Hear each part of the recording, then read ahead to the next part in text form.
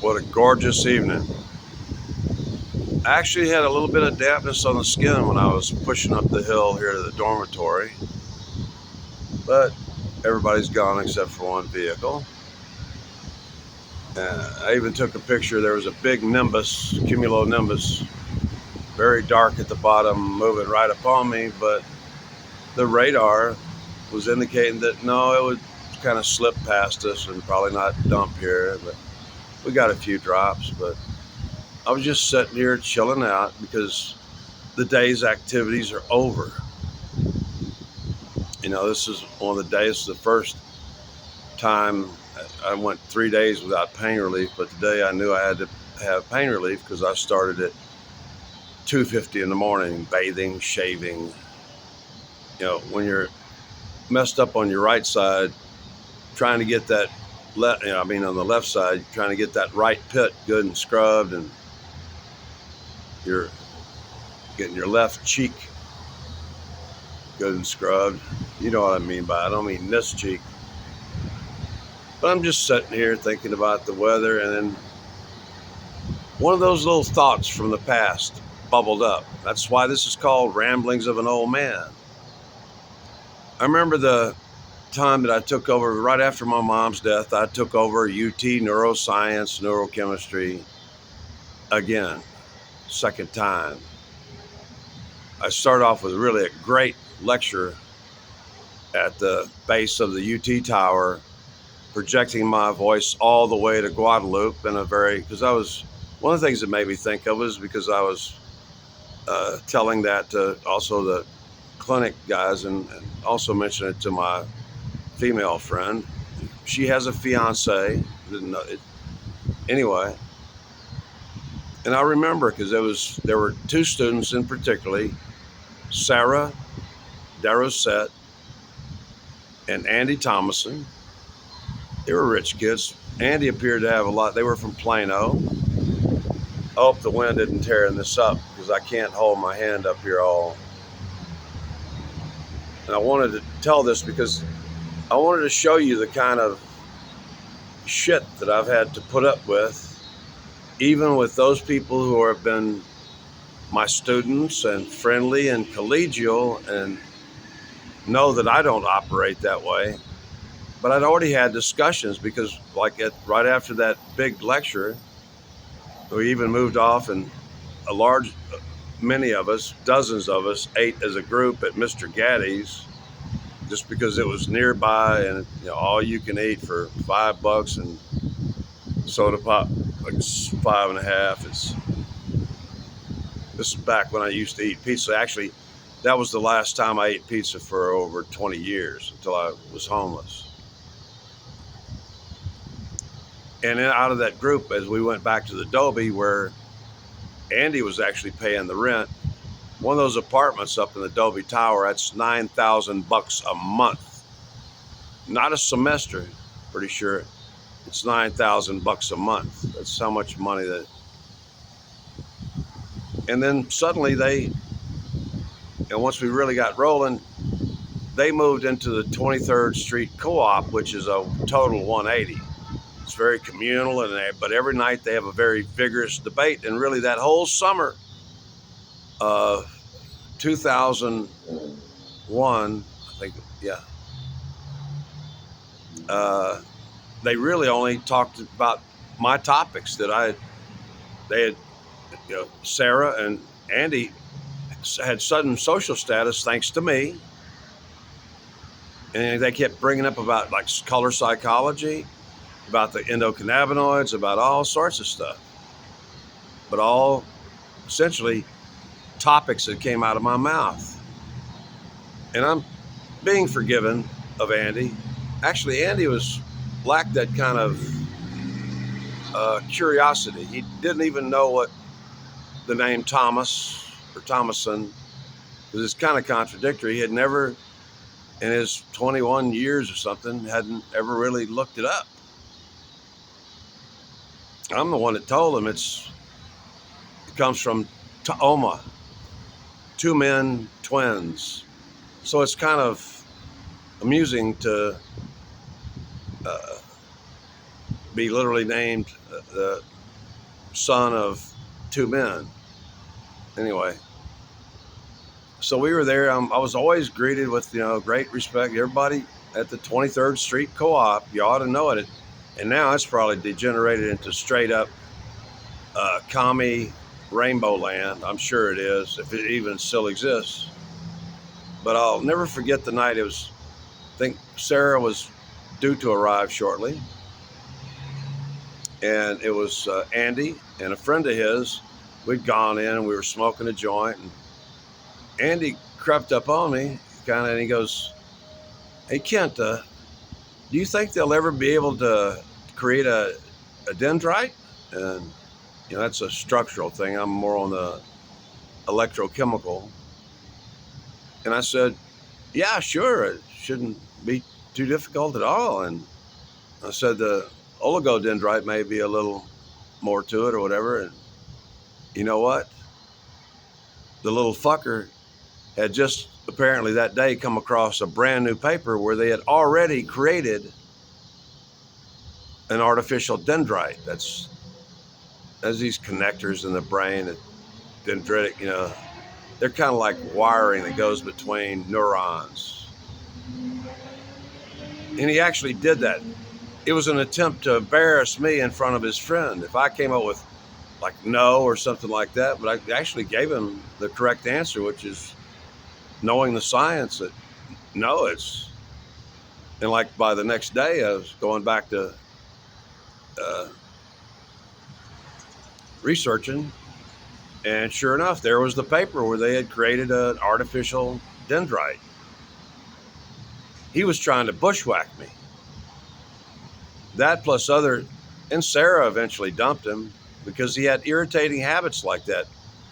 He's my student. They were both my students. Sarah wanted to write my biography and eventually gave it up, saying, "Kent, you're the only one who can tell your story. You're the only one who can spell them words." She lacked the writing skills for it. But he actually tried to pull that on me. He knew that they had already created one. I didn't. I got 1 month it's 3,600 journals, and the next month there's another 100 journals that adds on to that 3,600 journals that are published every month. And he already knew. Instead of being, am I making myself clear? Instead of being collegial and saying, "Hey, Kent, have you heard they've created an artificial dendrite?" And I would have said, "No, I hadn't heard." You see what I'm getting at? That's the very definition of a dickweed. Some punk ass kid trying to whack a 50-year-old man, almost 50, 40 something.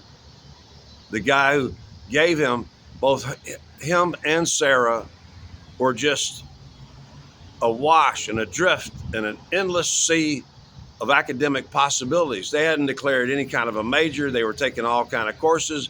They were trying to be popular. Sarah was a lug, that's lesbian until gay. She would let all the lesbians grab her ass and shit and grab her titties and stuff. And he was all over the place and didn't decide to go into neurology and neurochemistry in that area until after meeting me.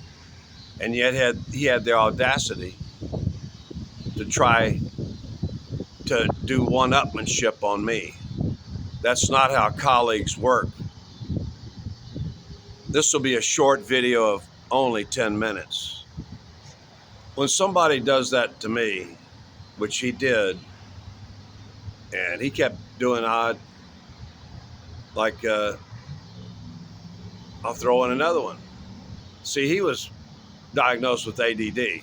He got the speed. And Sarah was coming in and out, and I can't do it in the right he did it with his left hand. He said, "Hey, Sarah, Kent says I'm not schizophrenic," because we've been talking about the dopaminergic defects from the ADD drugs. But outside, on the periphery of his vision, but right in front of my vision, he says, just as he was saying, he says, "I'm not schizophrenic." I'm not doing it right here because his arm was outstretched like this, and he was pill rolling. And I looked him right in the eyes and I go, just as you said that, you're unaware that your left hand, he's right-handed, your left hand was pill rolling. I didn't do that to embarrass him. I wanted to make him more aware of his kinetics. But he, in front of a friend that had read the paper too, came in and tried to bushwhack the professor. That's what they call me, Professor. They adored me. But he still wanted to do that. That's what I was talking about earlier, is that, like, Sarah never tried to do that. And the relatively young woman who is 50 but looks 20, see, she doesn't try to do that.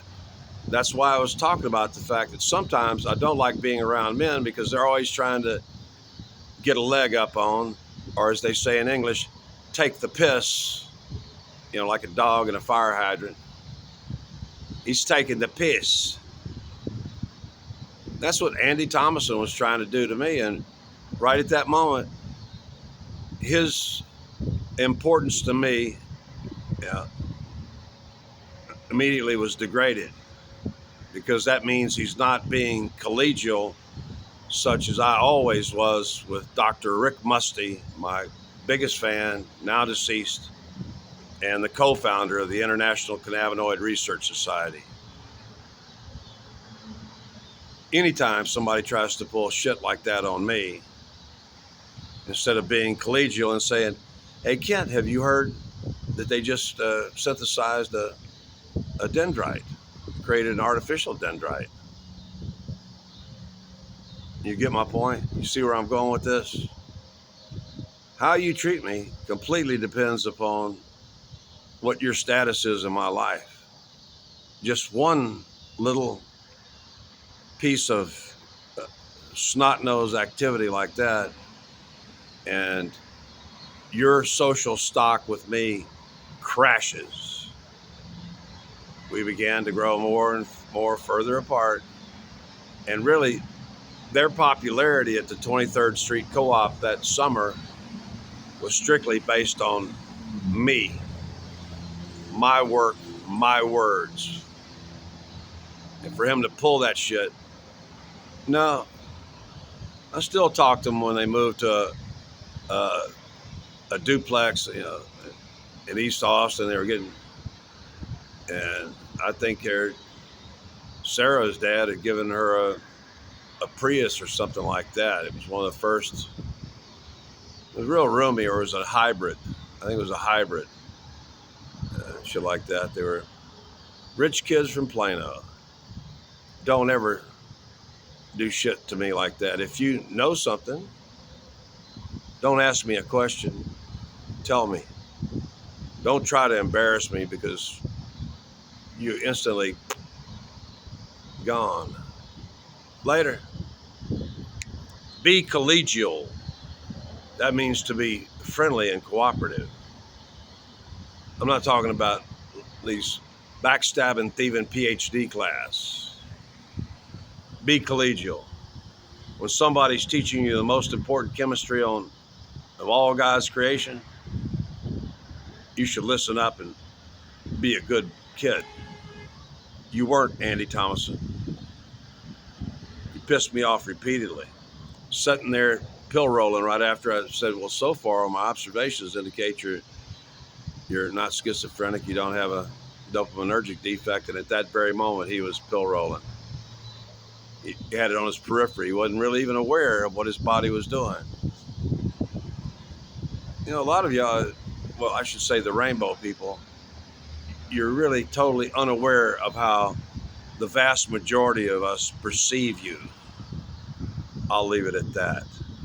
Be collegial.